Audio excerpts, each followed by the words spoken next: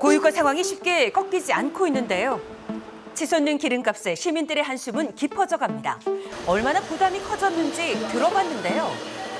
원래 한 8만 원 넣을까 한 10만 원 정도. 2만 원 정도 네, 더 넣어야 되는 거. 평소보다? 네네네. 5만 원어치씩 넣었다가 오늘 6만 원어치 넣었어요. 왜요? 오를 것 같아서. 더 오르면 이제 슬슬 대중교통을 좀 더 이용해야 될 것 같아요. 가까운 거리도 차 타고 다녔는데 제가 이게 법인 차량이다 보니까 회사에서 대중교통 이용하는 거를 좀 얘기를 하시고 개인 차량이 있는데 안 타고 다닌 지가 좀 몇 주 됐어요. 지난 7일 한국석유공사 유가정보 시스템에 따르면 서울 지역 평균 휘발유 가격은 2,000원을 돌파했는데요.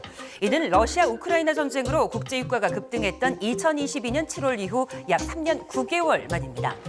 시민들의 일상을 위협하는 고유가 행진, 그 뒤엔 중동 전쟁으로 호르무즈 해협이 봉쇄됨에 발생한 불안정한 에너지 수급 문제가 있습니다.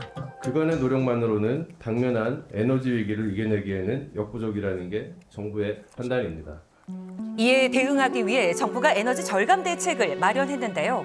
바로 어제부터 시행된 공공기관 5부제와 공영주차장 2부제입니다.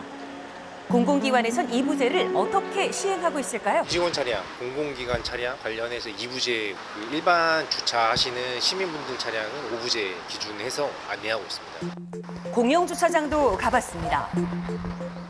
차량 곳곳에 5부제 안내문을 배포하고 있었는데요. 5부제의 정착을 위해 현장 안내가 이루어지고 있었습니다. 아직도 잡음이 많더라고요. 그렇죠. 2일하고 7일. 7일은 이 날짜.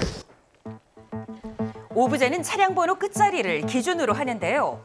예를 들어서 차량 번호 끝자리가 16인 차량은 월요일에 주차장 출입이 제한됩니다.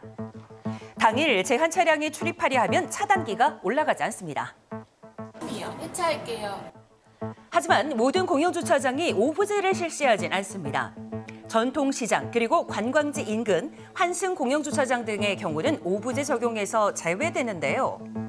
5부제 시행과 제외 주차장 상세 현황은 서울시설공단 홈페이지에서 확인하실 수 있습니다. 그런데 공공기관에 들어가는 한 차량 번호판을 자세히 보니 출입 제한 대상 차량으로 확인이 됐는데요. 왜 진입이 되는지가 좀 궁금해요. 그 차량은 전기차기 때문에 네. 제외 대상 파란색이네요. 대외 대상이 따로 있는 거예요. 따로 있습니다. 그 수소차, 전기차, 장애인이 타고 있는 탑승 차량, 그다음에 미취학 아동이 타고 있는 차량. 하지만 경차와 하이브리드 차량은 5부제와 2부제의 적용을 받습니다. 이 제도를 통해 정부는 실제 참여율과 예외 차량에 따라 차이가 있겠지만 국내 에너지 기구 기준으로 월 최대 약 26만 대 운행 절감 효과를 기대하고 있습니다. 하지만 현지 시각으로 지난 7일 트럼프 대통령은 본인의 SNS에 미국과 이란이 2주간 호르무즈 해협을 개방하고 휴전하기로 합의했다고 밝혔는데요. 이 합의로 유가 하향 안정세에 대한 기대감도 커지고 있습니다. 하지만 오늘 새벽 개방과 관련한 또 다른 변화가 있었죠. 이 때문에 에너지 수급에 대한 불확실성은 여전한 상황입니다. 이렇게 고유가가 지속되며 이에 대응하기 위한 시민들의 출근길 풍경도 달라지고 있습니다. 직접 시민들을 만나봤습니다. 이 평시보다 많아요. 이전보다. 예전보다 좀 3월 달보다 많아요. 다 못 타가지고 그 다음 차에 기다리고 막 어떤 분들은 밀고 타고 평일날에도 출근할 때도 기름값이 비싸니까 차를 안 갖고 다니는 사람들 엄청 많아요. 출퇴근길 대중교통 이용객이 증가하며 환승센터는 북새통을 이룹니다. 실제로 서울시와 서울교통공사에 따르면 지난달 서울 지하철의 일평균 승하차 인원은 작년 같은 기간과 비교해서 약 3.75%, 시내버스 이용객은 약 3.5% 증가했습니다.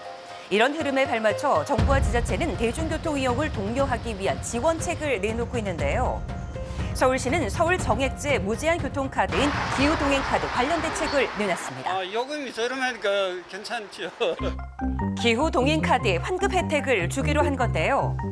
오는 6월까지 석 달간 기후동행카드 31건 이용자들에게 매달 3만 원씩 환급을 해주기로 했습니다.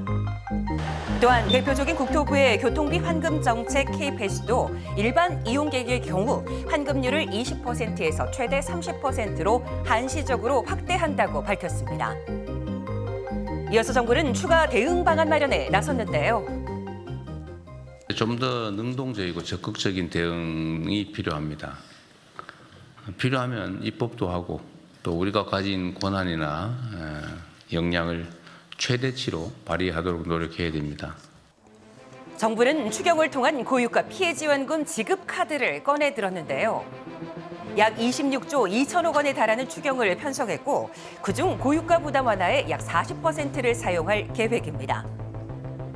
각 지자체들의 움직임도 분주해졌는데요. 성남시의 대책을 들어봤습니다. 자원 안보 위기 경보에 따른 전체 민생의 위험으로 보고 성남시 에너지 기본 조례를 개정해서 에너지 안심 지원금을 추진하고 있습니다.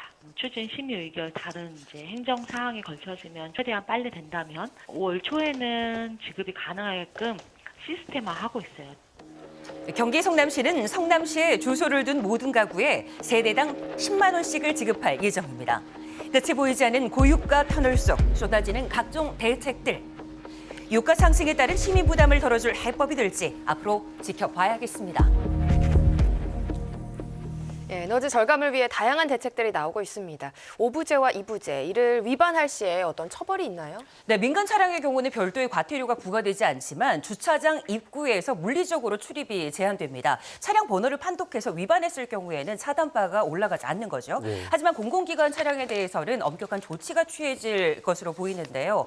만약 3회 이상 위반을 했을 때 이른바 삼진아웃제가 적용돼서 징계 처분이 권고됩니다. 네. 특히 이부제를 피하기 위해서 인근 도로나 주택가에 차량을 주차했다가 적발되면 엄격한 조치가 적용될 것으로 보입니다. 네, 지방의 대중교통이 좀 이용이 불편한 곳도 있는데 그래서 불만도 나오고 있습니다. 일단 어제 휴전 합의가 있었고요. 그 레바논 문제로 좀 삐걱거리긴 하지만 일단 국제 유가가 하락하기는 했습니다. 이제 3차 석유 최고 가격제가 내일부터 시행이 될 텐데 좀 가격이 떨어질까요? 일단 3차 최고 가격 같은 경우는 지난 2주간, 최근 2주간의 석유 제품 평균 가격을 반영하는 구조인데요. 예. 그래서 2차 때보다는 올라서 국내 기름값이 오를 것이다. 이런 전망이 나오고 있습니다.